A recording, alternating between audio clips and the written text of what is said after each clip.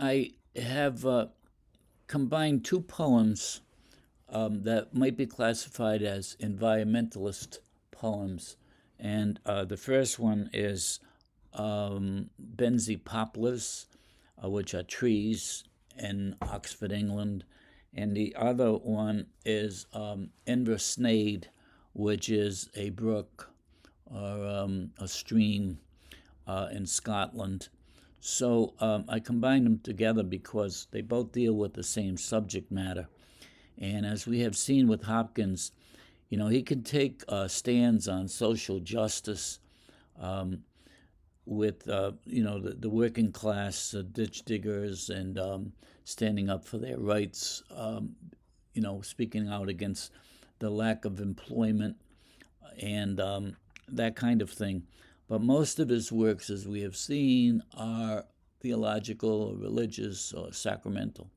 All right, but these two are strictly nature poems, and he is lamenting the destruction of things that he sees as things of beauty around him.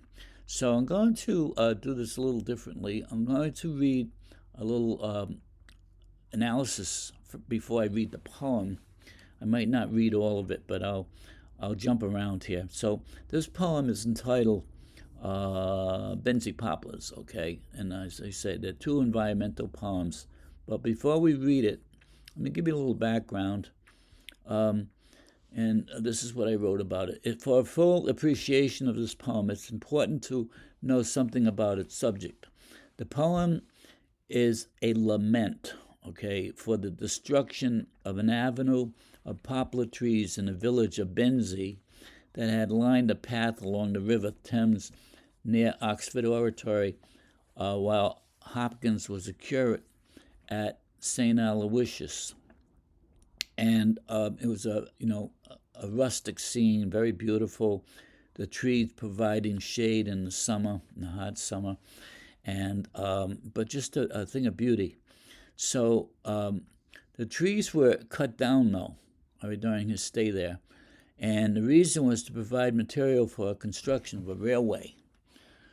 Hopkins, as we know, was a fierce environmentalist who reveled in rustic beauty wherever it could be found, even as a child. He was always exposed to it, no matter where he lived. As a child, he lived in England, of course, but in later years, he moved to Scotland and Wales.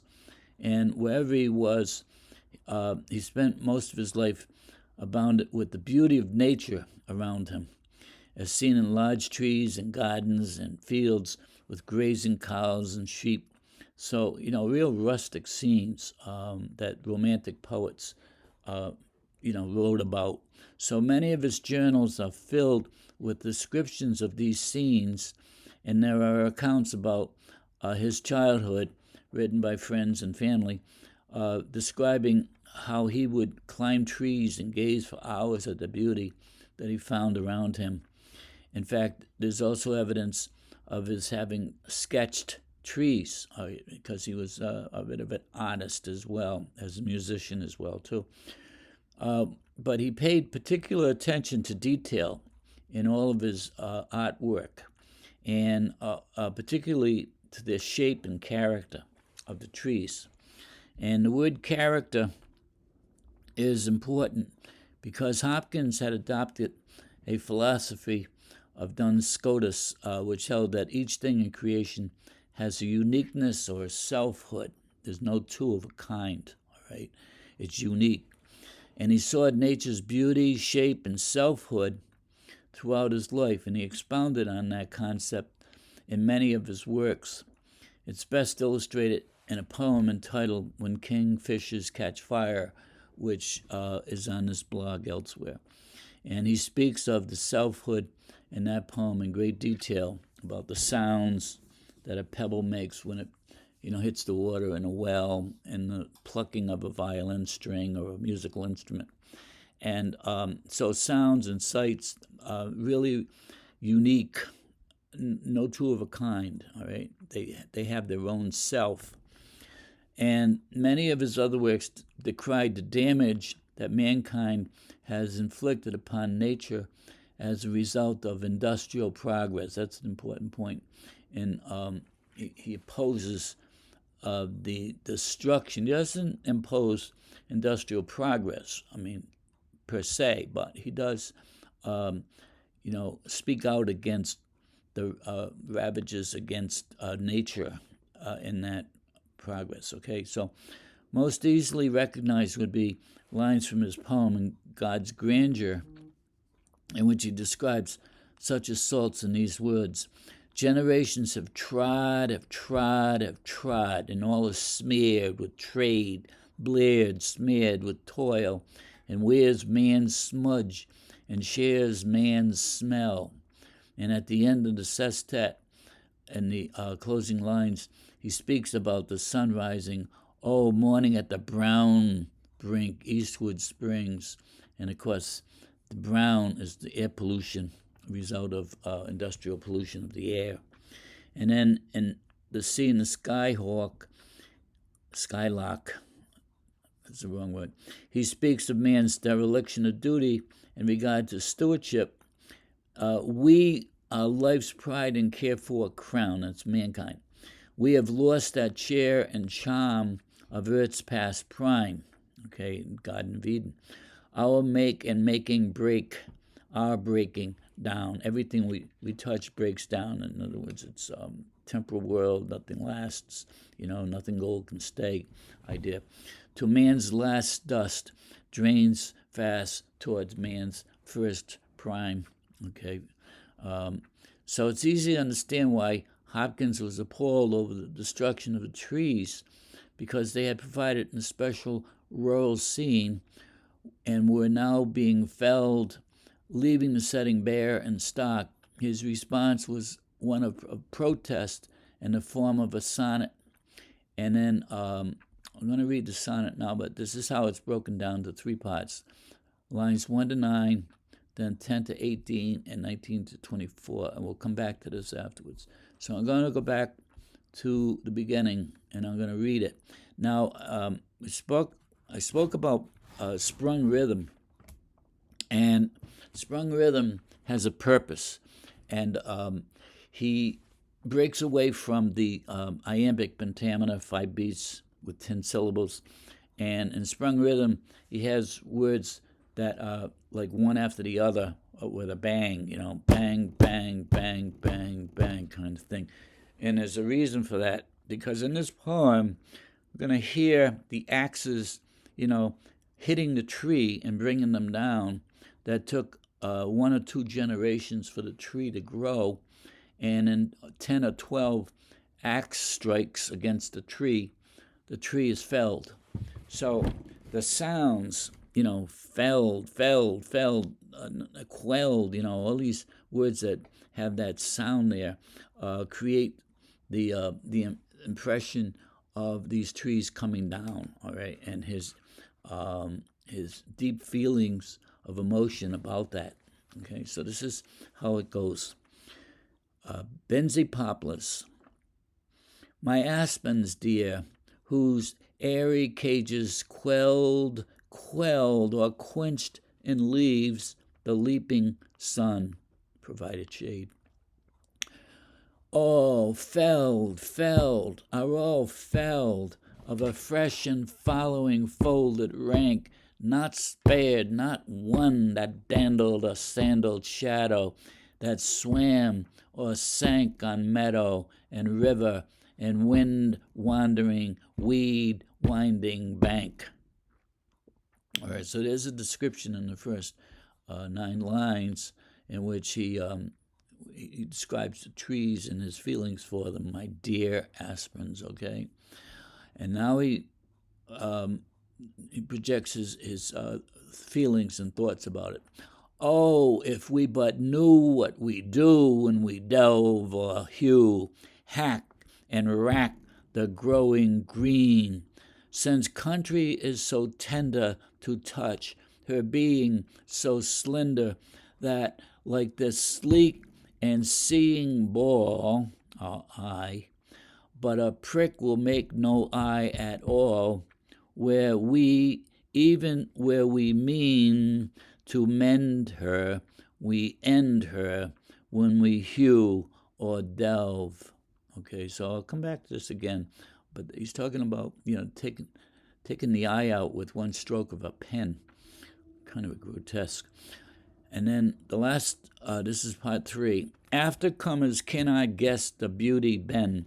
10 or 12, only 10 or 12 strokes of havoc, unselved, the sweet especial scene, rural scene, a rural scene, sweet especial rural scene.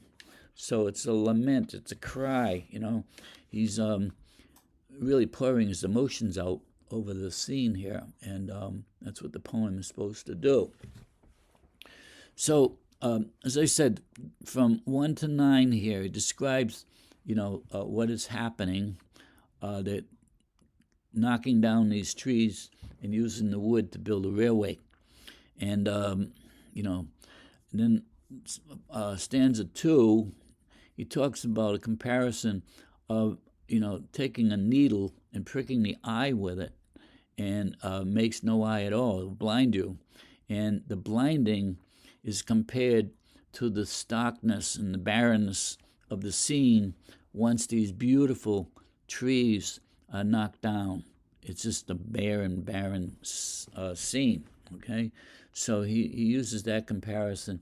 And in the third stanza here, he talks about the future generations have no clue of the beauty that was lost here, that they missed out on. And he grieves over that, and so it's a plea. So let's go back and I'll read it again, and then I'll continue that discussion that I wrote.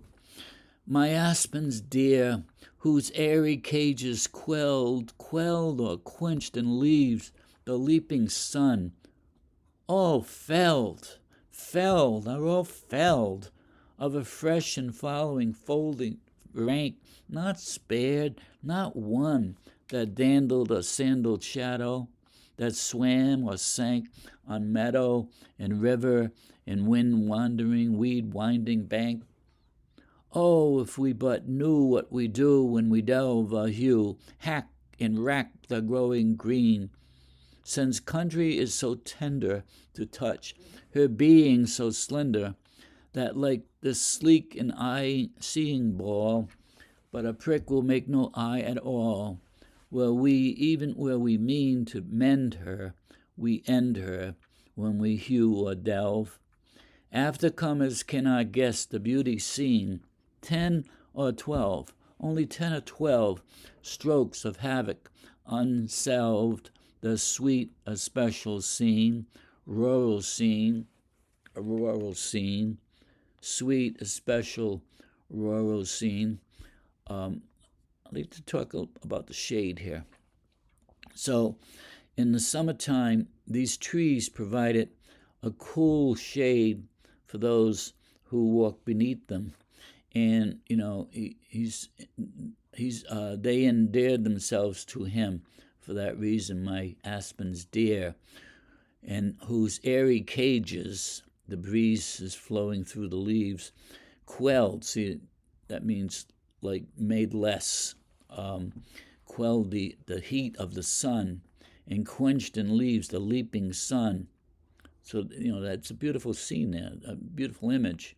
All felled, or all felled, of a fresh and following folded rank. One by one they dropped, not spared, not one that dandled. I like this too, dandled a sandaled shadow below. That when the breeze went through the leaves and the sun was shining down, you had this dancing, dandling and sandling shadow that swam or sank with the breeze. All right, so beautiful image. On meadow and river and wind-wandering weed bank. Okay, because these are along the Thames River. All right, so that's what he's talking about. The shadow swam or sank on meadow and river, the Thames, and wind-wandering bank, wind-wandering and weed-winding bank. okay? That's going to come up in the next poem, too, Inversnaid, where he talks about the banks of the river and what's going on there and the pollution. And then, his cry, oh, if we but knew what we do when we delve a hew, hack and rack the growing green, since country is so tender to touch, her being so slender, that like the sleek and seeing eye, but a prick will make no eye at all, where we mean to mend her, we end her, when we hew or delve. And then the last, we're talking about the future generations have lost out on this. They're bereft of it. And that word bereft comes up in Inversnaid too. All right, so down here I left off, I talked about the other poems that he talks about pollution in the brown brink of the rising sun because of air pollution. And then he did that as well in The Sea and the Skylark. I don't know why I have Skyhawk in it. It should be Skylark. All right, so it's easy to understand why Hopkins was appalled over the destruction of the trees. They had provided for an especial rural scene and were now being felled, leaving the setting bare and stark.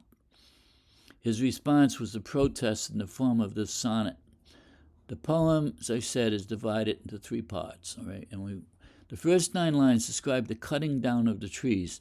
He uses sprung rhythm in which the words simulate the sound of the axes striking the trees with a successive staccato blows by repeating the words, whose airy cages quelled or quenched, and leaves the leaping sun, oh, felled of a fresh and folded rank, not spared, not one. All right, so it's bang, bang, bang. And then the last 10 lines of part 2, it's a reflection on the destruction of the felled trees. Oh, if we knew what we do. While he continues the sound of the hacking at the trees, too, delve a hew, hack and rack the growing green.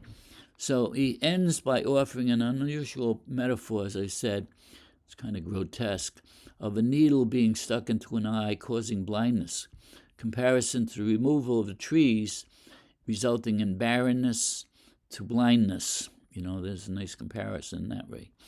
In part 3, he laments for the loss suffered by those future generations who will never conceive the lost beauty that once filled the rustic landscape. Aftercomers cannot guess the beauty Ben. The closing words continue the echoing of the axe strokes while conveying the sorrow at this atrocity inflicted against nature. Strokes of havoc unself. There's that idea, that concept. Everything has its own self uniqueness. The sweet and special scene, rural scene, a rural scene, sweet, a special rural scene. The lines evoke a sensitivity of deep human affection and grief through their repetition and word choice. His use of the word unselved denotes his philosophical understanding that everything in nature has a unique selfhood, an essence that reveals its own inner beauty, distinguishing it from any other entity in creation. He laments the fact that it took only 10 or 12 strokes to undo the beauty that nature had taken a generation or more to produce. The poem's overall theme might be stated in these words: an ethical responsibility lies with those who hack and rack the growing green and steal from aftercomers the beauty, the shade, and the pleasure they deserve. So these things were gifts. Things of nature are gifts that God gave us to enjoy, and we have, a responsibility of safeguarding their future, and that's what he's talking about in this poem. The next poem is entitled Inversnaid, which is a stream or river that is, let me do this again, what I did before. The title of the poem refers to the name of a small village where a stream flows through the rugged landscape of Scotland and the highlands on the banks of Loch Lomond. Hopkins wrote the poem after a short visit there. A first reading will present some difficulty because he uses a lot of dialect words which are distinct in character to Scotland, as well as many unknown compound words adapted from Scottish dialect, so that makes it extremely difficult. Many of these created words are not found in the dictionary, but their meanings make sense in the context, like roll rock down. Well, obviously the water's rolling down over the rock, so he calls it roll rock. You know, the stocks and burn, horseback brown, her roll rock down. That's the water coming over the rocks at a great speed, So that would be an example. Inversnaid celebrates the breathtaking beauty of nature and might be classified as another environmentalist poem, for in the poem he pleads for the preservation of nature's pure beauty. It's another of poems that pleads for protection of the natural beauty found in the landscape due to the impact of industrial, misspelled that word, development.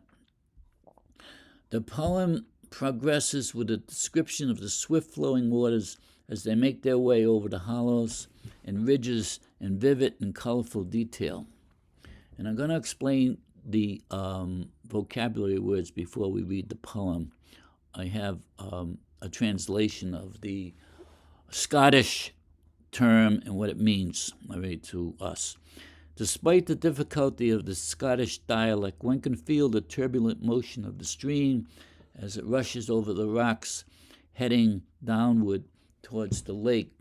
Stanza 3 is particularly descriptive in this regard when one has an understanding of the term. So this is what I do. I have the Scottish term in parentheses, in quotation marks, and the meaning. Okay, so degged means sprinkled, degged with dew, dappled with dew. Okay, groins of the braes. All right, so groins are trenches. All right, and the braes are the riverbanks. The groins of the braes that the brook threads through, and then wiry heathbacks. That should be packs, P-A-C. Add that in there. Wiry heath packs for densely packed heather.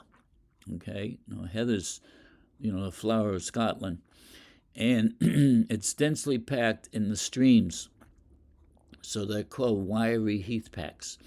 And then flitches of fern are simply tufts of fern.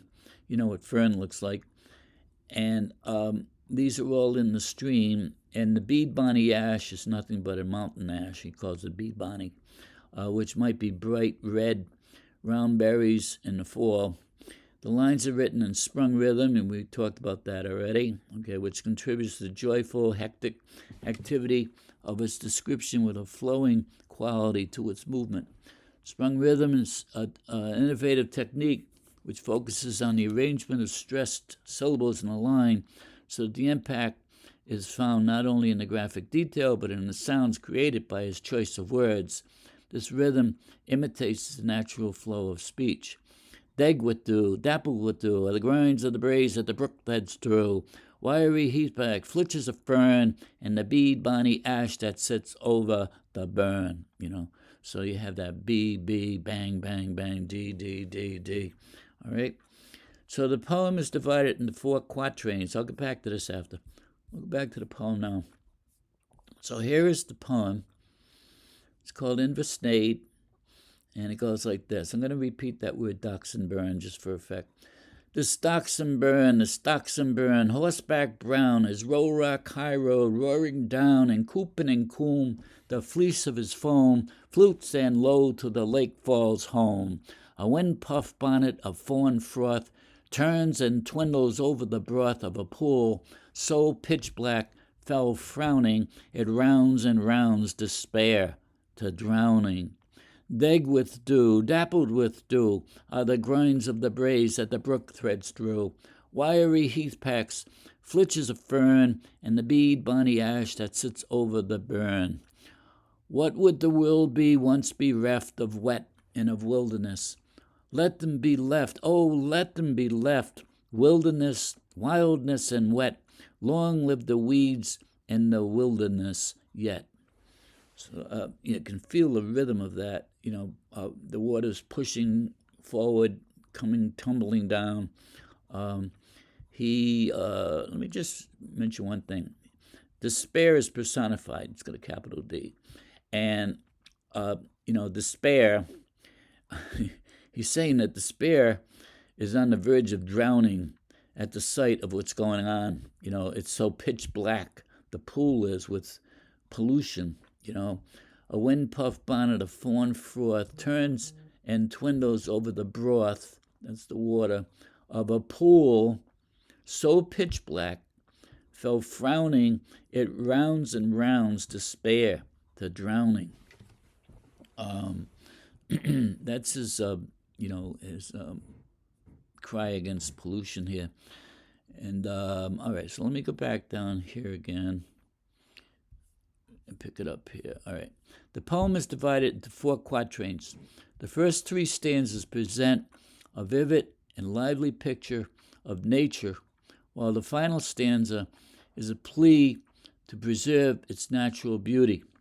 Overall, the poem is a celebration and admiration of natural beauty found in the flowing waters, which suggest a purifying effect on the scene. Through the vivid detail, Hopkins allows the reader to rejoice with him in his description of densely packed heather, the fawn-colored froth on the water, the rippling waters pouring over the rocks and trenches of the riverbank. The mood shifts at stanza 4, however, when the speaker contemplates the chance of this beauty might not last forever. It could be ruined by mankind. Here Hopkins' tone is one of concern, a concern he shared in other poems because of the damage he observed as a result of industrial development at a cost to the environment.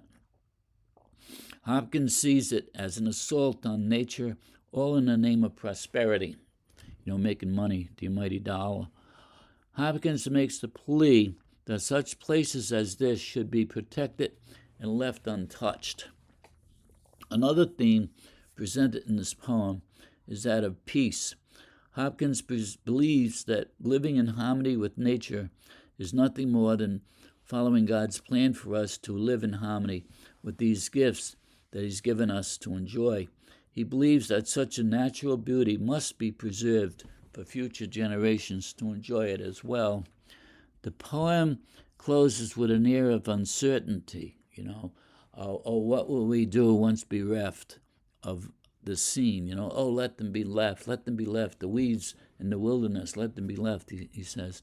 So he closes the poem delivering a straightforward message that natural places deserve to be left undisturbed by humankind. The word bereft adds depth to the enormity of the potential loss of the wilderness in the world because, usually associated with one bereft of his loved one at death, mournful loss, okay? So his use of the word intensified. Let them be left, the weeds in the wilderness, let them be left. He considers the weeds, as part of the vegetation, so therefore it too is something beautiful, the weeds. Most gardeners wouldn't agree with that. His use of the word intensifies the urgency of this plea. It's one of supplication, passionate and earnest. The poem concludes with a powerful cry, "Long live the weeds and the wilderness yet." He's suggesting that the weeds belong to the natural world as much as the exotic flowers, motivating us to join with him to protect the natural world. His overall message of protecting the environment is probably more relevant today than any other time because we now are dealing with nuclear waste and a lot of other stuff that you know about. Okay, so we read about every day. All right, I'll read it through again, and this is the way it goes. Stockson burn, horseback brown, his rock high road roaring down, in coop and in coombe the fleece of his foam flutes, and lo, to the lake falls home. A wind-puff bonnet of fawn froth turns and dwindles over the broth of a pool so pitch black fell frowning at rounds and rounds, despair to drowning. Degged with dew, dappled with dew, are the groins of the braes that the brook threads through, wiry heath packs, flitches of fern, and the beat bonny ash that sits over the burn. What would the world be, once bereft of wet and of wilderness? Let them be left, oh, let them be left. Wildness and wet. Long live the weeds in the wilderness yet. Okay, so those are two environmental poems, and you can see how that selving comes up in every one of his poems. Okay.